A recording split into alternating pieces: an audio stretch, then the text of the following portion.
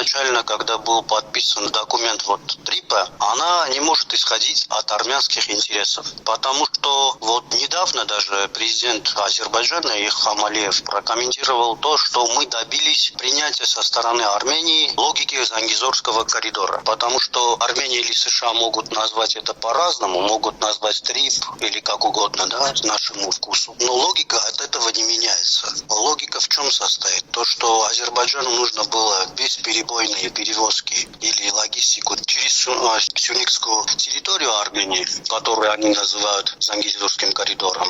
Они получают этот беспрепятствующий маршрут. Как они будут называть армяне, например, это будет называть коридором, трипом или что-то, это вообще сути не меняет. Поэтому я могу сказать то, что это не исходит от интересов Армении, никак не исходит, потому что в дальнейшем это создает такую ситуацию, то, что для Армении могут быть чреваты очень сильными стратегическими последствиями. Если, например, там сложится такая ситуация, то, что следующие власти, например, Армении захотят пересмотреть передачу такого маршрута, это может послужить поводом для казуса белли, поводом для войны, например. И повторится вооруженная агрессия со стороны Азербайджана по отношению к Республике Армении. Имеется в виду, это бомба замедленного действия на самом-то деле. А для Америки что дает это? Америка, в принципе, если имплементирует все, что связано